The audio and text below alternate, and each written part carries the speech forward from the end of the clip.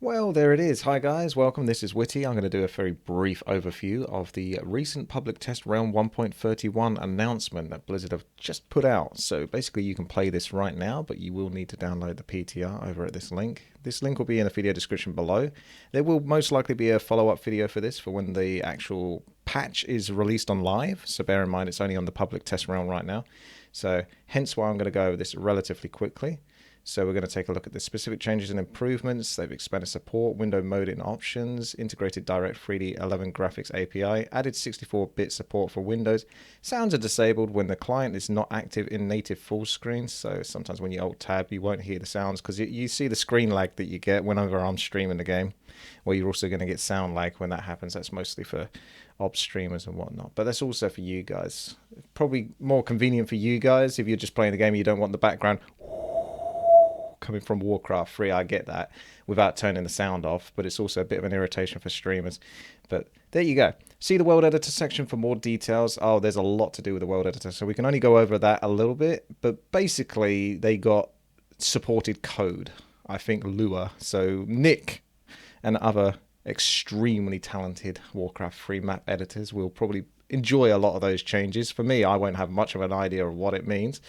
Join the fray over in the competitive section. Oh yeah, there's a whole bunch of balance changes as well. So the bug fixes, 256 bones are available, custom moves. This is just generic stuff. Nothing to concern you guys too much about. Just fixing desyncs by the looks of it. Maps no longer downloading. Sound data no longer transfer between maps. Yada, yada, yada. So just a few convenient changes for people that were having issues before. There's known issues still available that the PTR does not support max. Setting texture quality to low may result in a crash. Put that high. The map preview window has been temporarily removed. Lua errors, report the wrong line number. And we got a bunch of command line changes. So they've removed some of these and they have been replaced with other command line changes. Whole bunch of registry changes. I don't think we'll worry about those. The world editor, again, I'm not going to go too much over this, but just bear in mind that they seem to have supported this in quite a few new ways, and they most likely will continue to do that, which is very good for us custom game players because, you know, recently I've been coming across more and more custom maps that are so... It's just really impressive what people can actually do, and this isn't even with Reforged being released yet. So they're basically paving the way for Reforged to create some amazing custom games potentially. So it'll be like the StarCraft 2 arcade to a degree, I imagine, where the custom games are actually pretty well made, except people will play them because it's on Warcraft 3. Okay, competitive changes. Devour can now target mountain giants without resistant skin. So before you couldn't actually devour mountain giants, even though you used to be able to do that before one of the patches.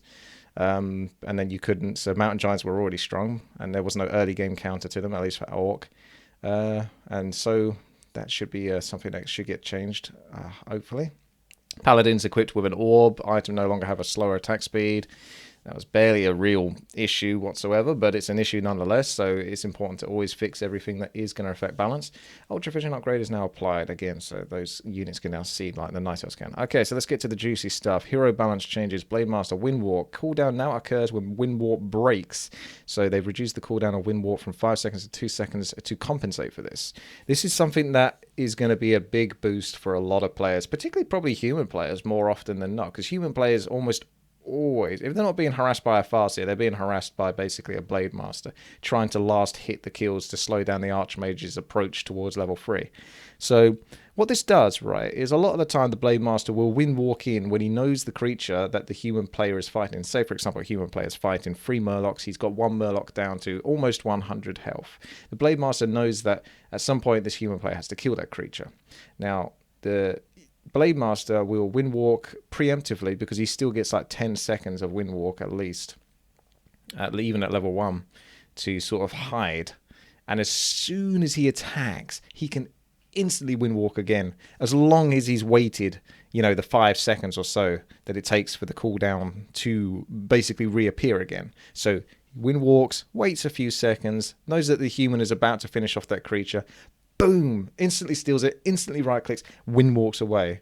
This is very effective versus Mountain King gameplay as well, because even if you know the Blade Master's there, they can wind walk quicker than you can possibly get a Stormbolt. Even if you've got the T button set up to go, the cursor right directly on the creep, as soon as the Blade Master pops up and you try to cast it, he will most likely still be able to windwalk as long as he just spams the W key. So this was really irritating for human players. So now when the Blade Master pops out and hits that creature, he might get the last hit, but he now has to deal with 2 seconds of being taken damage before he can windwalk again, which could be 2 seconds of a lot of damage if he can get stunned during that duration. So this is a much welcome change. Critical Strike now benefits from all damage once again, not just base damage. So basically, it seems like they've reverted what they did, and I feel like this was just to compensate for that Windwalk nerf, but that Windwalk nerf was really actually necessary. Whereas this Critical Strike thing feels like let's just throw him a bone. Yeah, give him more damage. No, that's really bad. I'm sure there's other ways to make the Blade Master a bit more viable if no one wants to play him after this Windwalk change, which they will still want to play him after this Windwalk change. Critical Strike was super RNG beforehand. It can still be RNG with these changes. I have still seen Blade Master hit really high numbers. You know, the very high 200s at level 3. And now it's going to go back up to the really high level 300s. So enjoy that one. So yeah, that's a bad change. They should definitely consider doing something about... I think they wanted to simplify it, but at the same time, it's going to complicate the gameplay because people aren't going to enjoy getting hit for 400. Anyway, Dark Ranger. Now, this is where it gets really interesting. Life Drain. Life Drain now applies the Dark Minion effect of the current rank of Black Arrows. Requires at least 1 point in Black Arrow. Now, this is really fascinating to me because this actually tells me that Blizzard are actually changing fundamentally how spells are working, because I was thinking that maybe they are going to simplify things really heavily and they'll only be able to change the base damage or the base duration, whatnot, of the spell, but they're actually fundamentally changing how the spell behaves. What this suggests is when you cast Life Drain on a creature, that creature has the Dark Minion effect from Black Arrow applied to it. So they've gone into the code to change that, which means that that could be done with all sorts of spells. It could be changed with Entangle, because I was thinking, how do you really nerf Entangle without making it really boring and no one wants to play it? Because it is a BS spell that freezes the target and unit, but now you can make it so that maybe the Entangling Roots lasts for 1 second and then sort of dissipates over time, a bit like a purge. If they can fundamentally change how the spell works but still have the spell itself, this is huge potential for actually genuinely balancing the game, because at the moment it's a case of, well, we know, it's a bit broke, but, that's just how it is. We'd have to fundamentally change it, but now you can. By the looks of it, this is really, really big, this one. Honestly, that's huge, what that shows. Orc balance changes Tora and Pulverize. Tora now start with a reduced Pulverize that deals 20 damage, so this is nice. It basically means that people go in Tora and won't feel like they're just a slightly stronger grunt, if that at all. It's going to be a case of, well, this can actually now have a bit more of an impact. Pulverize for 20 damage ain't as much as what it would be until it's upgraded, but it's still 20 damage, and that's still 20 damage all around you. It can be very effective versus the lower health units. So yeah, a little buff towards the Torrents, making them a bit more viable, see how people play with it. Spiked Barricades. The tier 2 one is quite funny, actually. It's basically a buff. No one really picks it, but at the same time, it's not necessarily a weak ability, especially when you think about Blade Master attacking your base, or ghouls, knights, Torrent, you name it, heroes, melee heroes in particular. They're going to take 50% of their damage that they're dealing. That's kind of a lot, really. And it's only at the tier 2 upgrade, no longer at the tier 3 upgrade.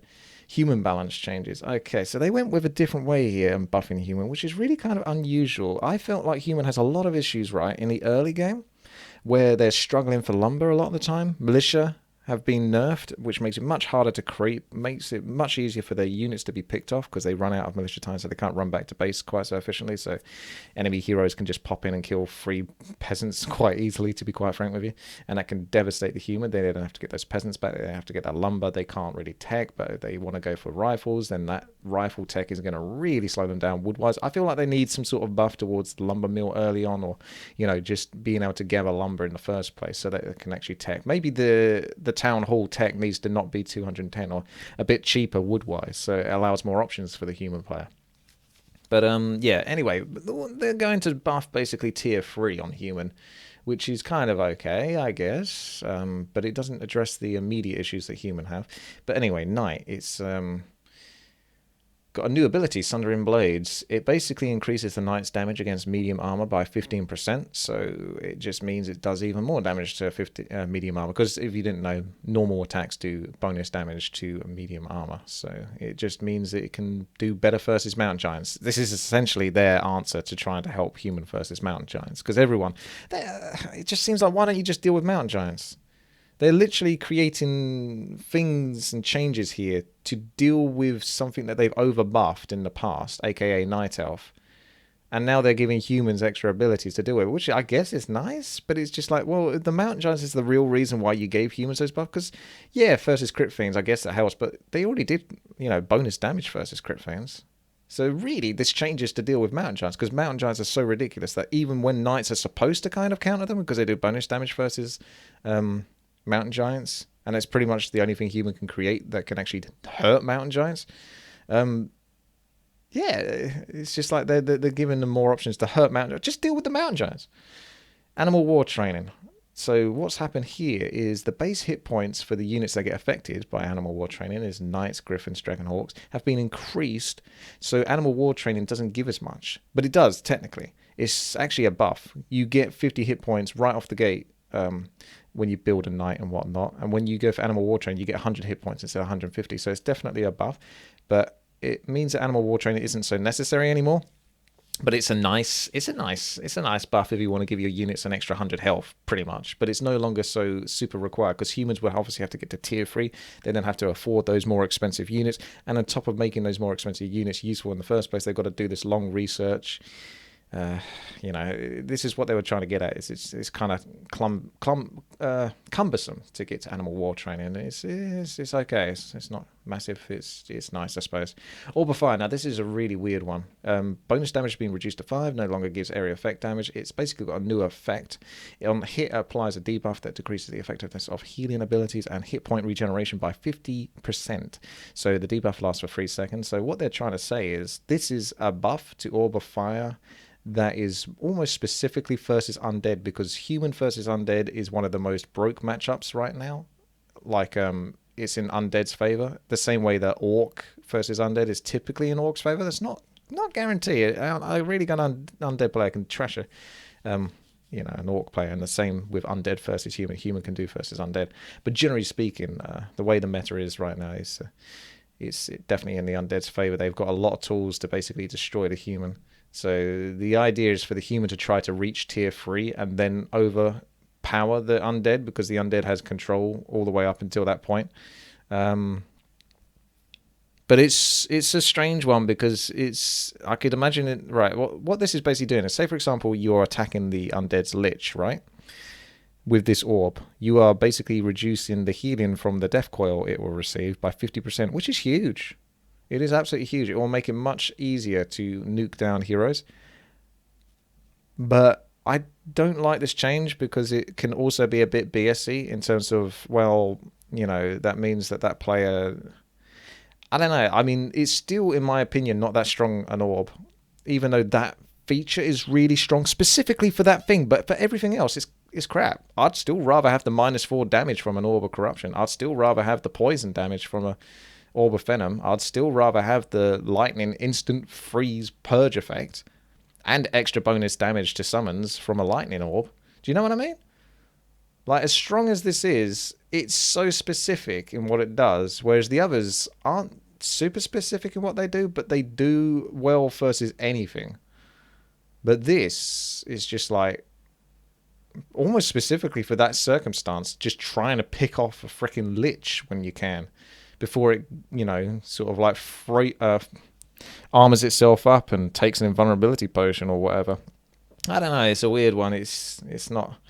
I don't think it's the right approach. I think they can simplify it. It doesn't have to be as specific as this, and they can... I haven't got a good answer for you right now, to be honest, but they could come up with something with time that could actually make the orb more of a general all-rounder like the other orbs, rather than this super specific, strong... But for that one specific job of just nuking Undead, pretty much. Because versus Orc, yeah, okay, it would be good versus a Blade Master to a degree because of Shadow Hunter healing, but heals 4 units. It helps the Blade Master, but it's not specifically just for the Blade Master. And then Night Elf don't really use healing other than Bears and Tranquility. Obviously Moonwells. I don't know how it would affect Moonwells. That would be interesting. But yeah, that's and other human players. I guess I think it's maybe interesting in the way that it's trying to work around maybe Banish and Bolt. You know, Blood Mage being more effective in nuking targets, but I don't know, it's so specific. Okay, Night Elf balance changes. Lol, lol, lol, lol, lol. Night Elf didn't get nerfed. Ah. Now increases projectile speed, so basically glaive throwers have been made to be a bit more accurate and they no longer guarantee to hit their targets. So this is a needed change for a long time. Glaive throwers have been BS, so it's a minor nerf if anything, but they're still really good. Hippogriff Rider, they just basically made the hit points the same for the Archer and the Hippo at the same time. Gargoyles got a really weird change. They got increased to 50 extra movement speed, which is pretty damn huge to be frank with you. 350 was already quick. Now they're 400. And their gold cost has been reduced by 10. So I'm not a fan of that because it's to help them fight versus flying machines, but they're not really supposed to. I know they're supposed to be anti-air, but I don't think Gargoyles are supposed to. They can do well versus flying machines in small numbers, but they're never supposed to win in large numbers. So I feel like it's mostly fair, but I guess if Blizzard want to go that way, fair enough. I'm not the expert, so let them decide. But I don't think Gargoyles needed this, or they did need a buff. It's in a different fashion to being made cheaper and faster.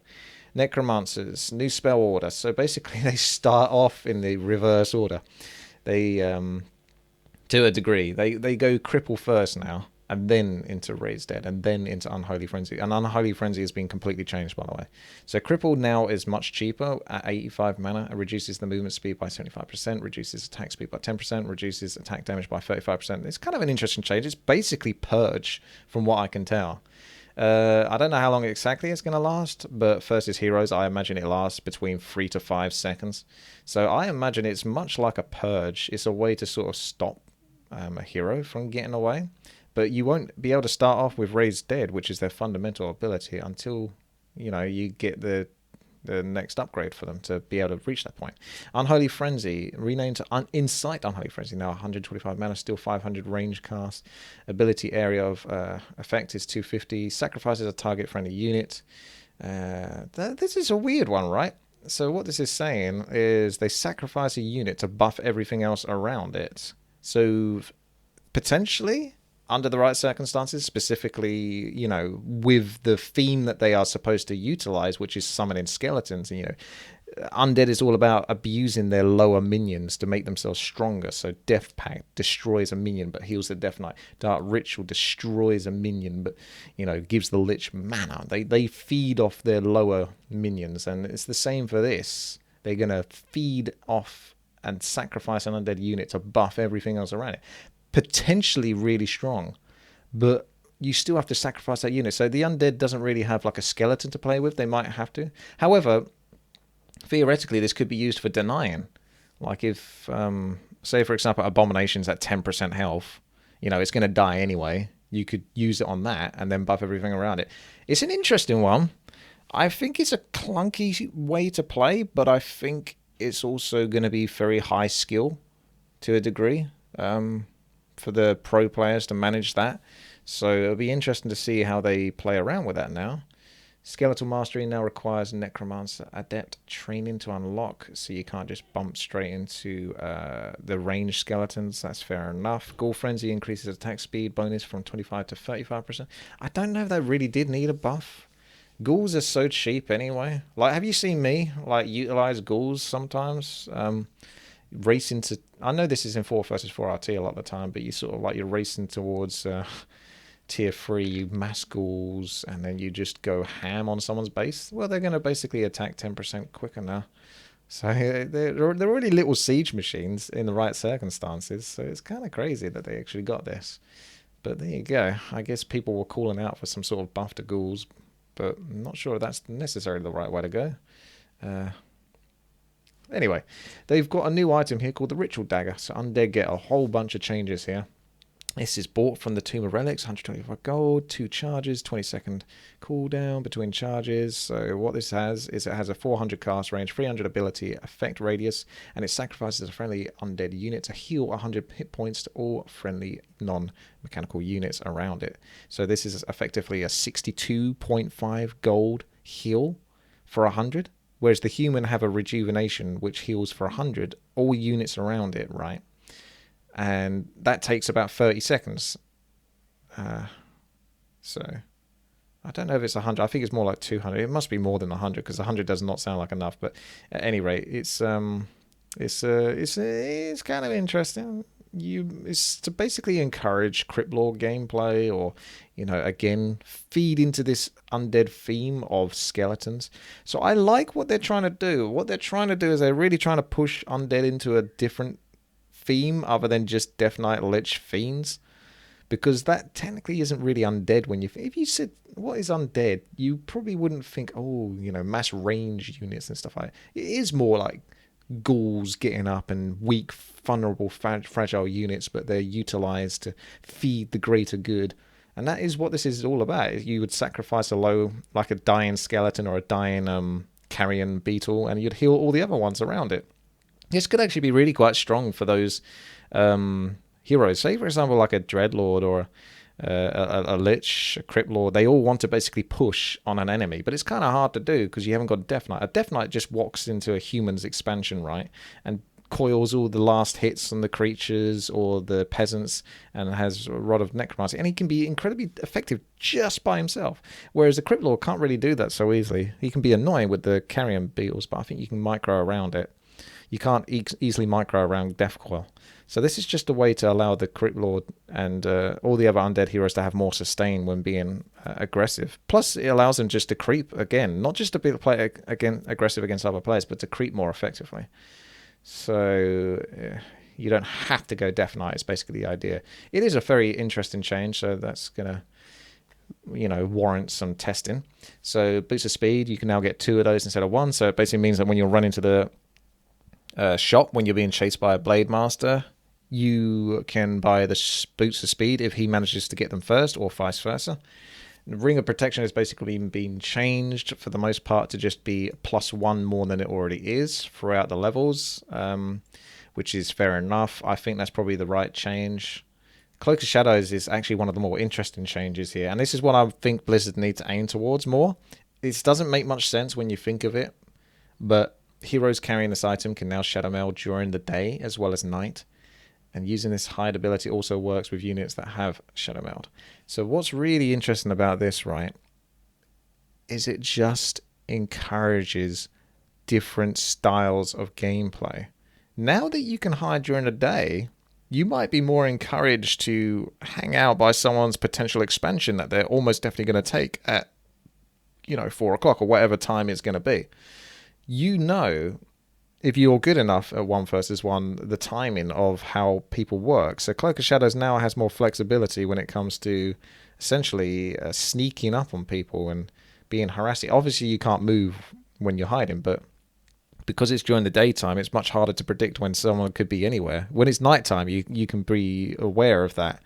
But when it's daytime as well, you don't know. It could be any time. So I think that's kind of interesting. It allows more flexibility with potential strats for heroes and harassment. Tones of Experience no longer can drop from a random drop from creep camps. I think this is fair enough because that was one of the most prized things that a lot of high-level players would do. They just go to creep camps that can drop Tones of Experience and hope to get them. Obviously, it's not really good to have a competitive game based on RNG. Obviously, it's fair enough to have RNG be a factor in things, but when it's as strong as Tome of Experience, which I know people will think, oh, it's not that strong, it's only 100 experience, but trust me, that can get you off to a really good start. That can be say for example, if an Archmage came across it, that can make the difference. It could be a 2.85 Archmage, or it could be a level 3 Archmage, and there's a wondrous difference between the two, because one of them has level 1 Water Elemental, one of them has level 2 Water Elemental. It's a huge difference. Warsong Battle Drums. This no longer buffs alongside with the Kodo Beast, so there's slight nerf to Orc. Lion Horn of Stormwind now gets 2 armor instead of 1. Scourge Bone Chimes now gives... oh, well, that's a good change, yeah. This is not necessary, this one. Vampiric Aura I think it was already a good item, particularly for Orc as well. It's sometimes useless for other races, sometimes really good for other races, but I don't think I've ever had a problem when I picked up the item. Even as human, I'd be like, oh, that's a kind of nice heal for my footman at least. Parry up to vitality, reduced in cost, but not very much. It's not really very good, but it is good in certain circumstances. Rare circumstances where, for example, you're in say for example you're in a stalemate versus an undead late game, and their only way to kill you is with coils and stuff like that. Well, if you get parry up to vitality, you make it much harder for them to actually pick off your health. Crystal Ball has now been decreased 2 levels, and the gold cost is reduced, so you can't sell it for so much, but it doesn't really solve too much of an issue. It means that you won't get it when you do a high level creep camp, so you won't be disappointed, but you can also do a level 3 creep camp, and instead of getting the more interesting pendant items or whatnot, you're going to basically get Crystal Ball, which is still bad. So yeah, some sort of buff to that in some way. Maybe some stats, whatnot, or just remove it, perhaps. I don't know. Sentry Wards. Now, this is actually one of the better changes. Duration decreased from 5 minutes to 3 minutes. It's still strong, but it doesn't last as long as it did. It used to last too long. If someone got Sentry Wards against you in 1 versus 1, it's so tedious. They get 5 minutes, basically, of map hack in really key area. If they know where to put it, and you get 2 charges of it, they can know where you are pretty much whenever. And 1 Creep Jack is sometimes enough to win the game, but 2 or 3 Creep Jacks, it's pretty hard to come back from that. So they made a bunch of changes to the maps. I'm not probably going to go over these, but I'm going to slowly scroll through these, and you can sort of like pause it if you wish. But basically they're trying to make the maps a bit more playable and hopefully make it more balanced between all of the races. But that should generally be it. I tried to be as brief as possible, and it still went on for like 26 minutes. It's crazy. I was trying to be as quick as I could. So yeah, we'll probably do a future video, I think, when the patch is released, where I would demonstrate how these abilities and that work. Obviously, I don't want to do it right now because these are subject to change, bear in mind. This is a PTR, so hopefully if things are too strong, they will be changed. If things are too weak, they will be changed. Anything can change. So until things are sort of like solidified and we know what we're going into live, I won't be doing any more videos based on this. So hopefully you did enjoy this video. If you did, make sure to thumbs up and share, subscribe if you like this content, and stay tuned for more. Very big news about the custom games, by the way. It's only going to get bigger and better. We're going to get some really weird, wacky maps, I'm sure of it. And it's exciting times. So thank you very much, guys. Have a great day. I will see you when I see you. Bye-bye.